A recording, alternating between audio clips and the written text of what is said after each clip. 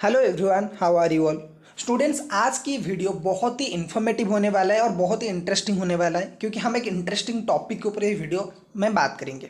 ठीक है, सो बिल्कुल एंड तक देखिए वीडियो को, बहुत ही इन्फॉर्मेटिव और बहुत अच्छा नॉलेज मिलेगा आपको।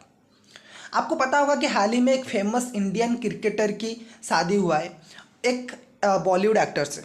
ठीक है, बिल्कुल सही गेस किया आपने।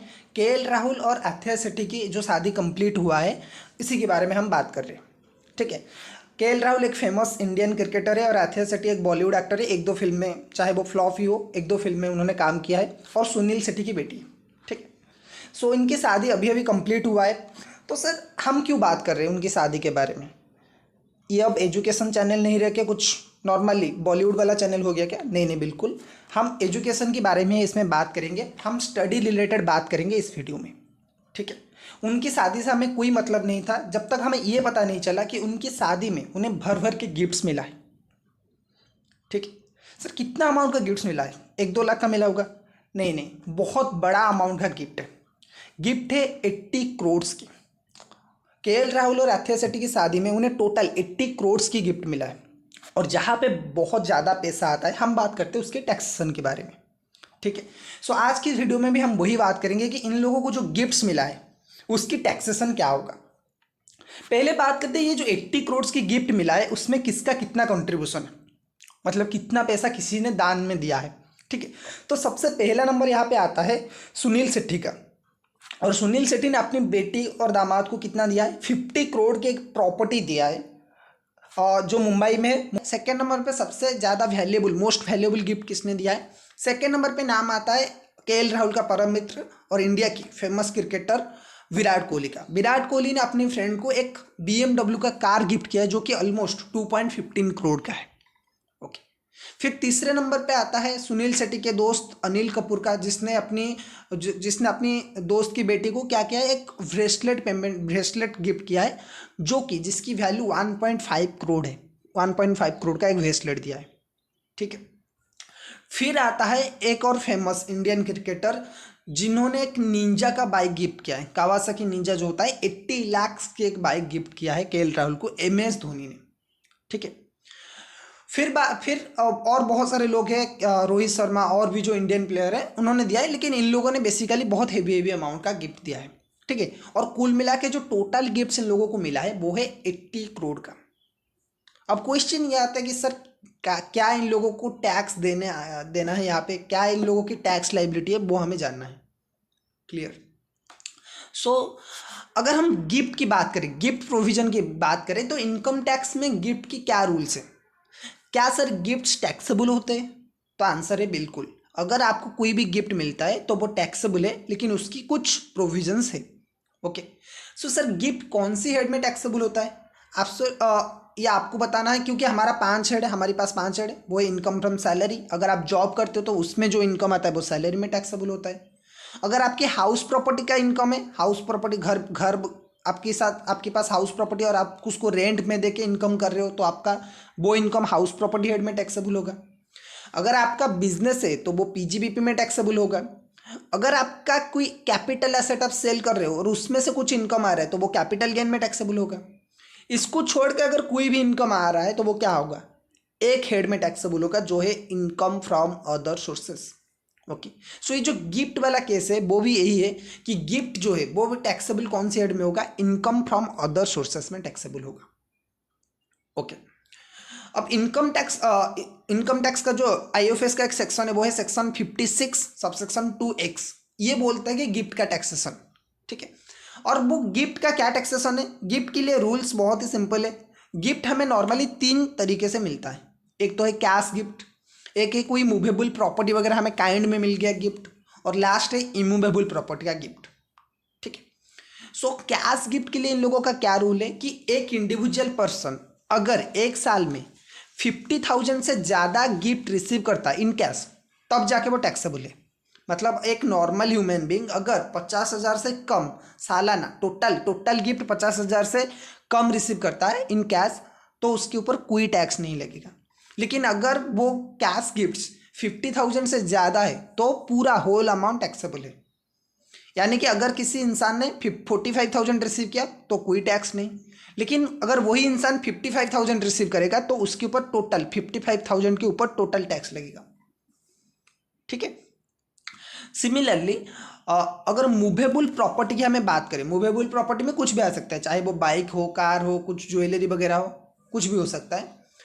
तो उस केस में क्या है, अगर मूवेबल प्रॉपर्टी आपको 50,000 से कम, जिसकी मार्केट वैल्यू 50,000 से कम है, वो मिल रहा है तो वो नॉट टैक्सेबल, मतलब वो एग्जेम्प्टेड है। अगर 50,000 से ज़्यादा वाला उसका मार्केट वैल्यू है तो वो फुल्ली टैक्सेबल है। ठीक है। अगर हम इमूवेबल प्रॉपर्टी की बात करें तो उसमें भी वही आता है, लेकिन यहाँ पे मार्केट वैल्यू नहीं आता, यहाँ पे आता है स्टाम्प ड्यूटी वैल्यू। अगर आप स्टाम्प ड्यूटी, आपको कोई इमूवेबल प्रॉपर्टी गिफ्ट मिला है फ्री में, तो उसका स्टाम्प ड्यूटी वैल्यू चेक किया जाएगा। अगर स्टाम्प ड्यूटी वैल्यू 50,000 से ज़्यादा है तो वो टैक्सेबल है, अगर 50,000 से कम है तो वो नॉट टैक्सेबल है। क्लियर।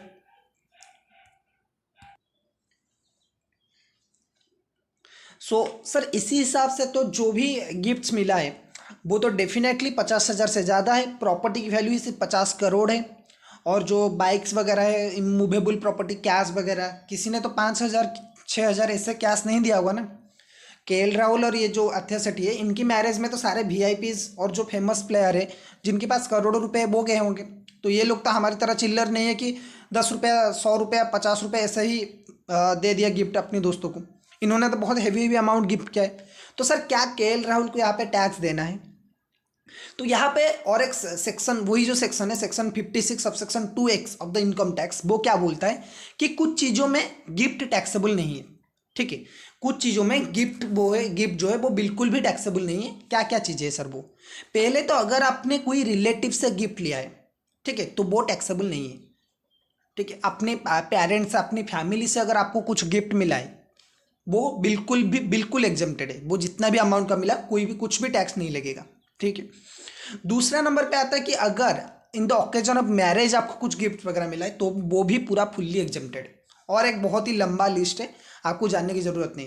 पहले तो दो चीज़ आप समझ लीजिए, कोई भी रिलेटिव से आपको कुछ गिफ्ट मिला वो पूरा का पूरा एग्जेम्प्टेड।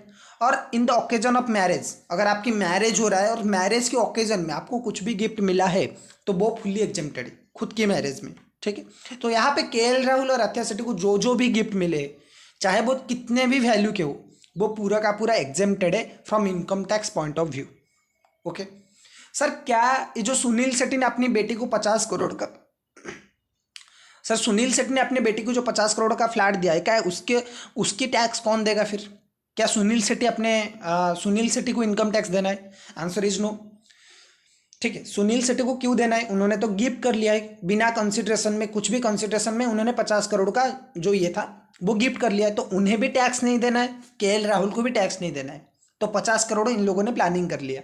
ठीक है। सिमिलरली विराट कोहली ने जो 2 करोड़ का गिफ्ट दिया है तो उसके ऊपर भी कोई भी टैक्स नहीं लगेगा। ठीक है।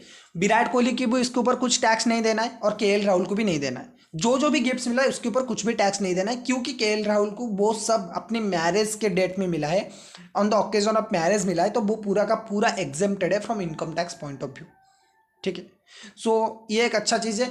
रीजन बहुत ही सिंपल है, क्योंकि पहले से ही इंडियन कल्चर में मैरिज में ही बहुत ज़्यादा गिफ्ट्स मिलता था रिलेटिव से। तो इसी वजह से इंडियन जो लॉजिक है, मेन लॉजिक है इनकम टैक्स में इसको एग्जेम्प्ट करने का, यही है। अगर कोई वीआईपी होगा तो नो डाउट उसे ज़्यादा गिफ्ट्स ही मिलेंगे अपने रिलेटिव से, तो वो तो मतलब सबके लिए रूल सब चेंज नहीं कर सकते ना, कि मुकेश अंबानी के लिए ये रूल है कि आपकी शादी में जो मिला वो टैक्सेबल है, और एक छोटा सा गरीब इंसान के दिमाग में भी वो क्या होगा कि अगर कोई गरीब का टैक्स शादी हो रहा है तो वहाँ पे टैक्स नहीं लगेगा, मुकेश अंबानी या फिर कोई वीआईपी का हो रहा है तो वहाँ पे टैक्स लगेगा। ऐसा तो रूल्स नहीं बना सकते। ठीक है। इसीलिए इन्होंने लॉ बनाया कि at the time of occasion, अगर ओकेजन के टाइम में आपको कुछ, मैंने मतलब मैरिज ओकेजन में आपको कुछ भी गिफ्ट्स मिलता है तो वो पूरा का पूरा फुल्ली एग्जेम्प्टेड है, क्योंकि इंडियन कल्चर में ही है कि मैरिज में आपको बहुत सारे गिफ्ट्स मिलते हैं। ठीक है। और अगर आपको कुछ रिलेटिव से भी गिफ्ट्स वगैरह मिलता है तो वो भी पूरा फुल्ली एग्जेम्प्टेड है। ओके। सो इस वीडियो में बस इतना ही। आपको ये पता चल गया होगा कि जो भी इन्हें गिफ्ट्स वगैरह मिला है तो उसके ऊपर किसी को भी टैक्स नहीं देना है, ना तो जिसने गिफ्ट दिया है उसे टैक्स देना है, ना तो केएल राहुल को टैक्स देना है, क्योंकि at the time of marriage वो सारे गिफ्ट्स मिले हैं। ओके। अगर वीडियो अच्छा लगा है तो लाइक करिए, चैनल को सब्सक्राइब करिए। हम मिलेंगे नेक्स्ट वीडियो में। Till then.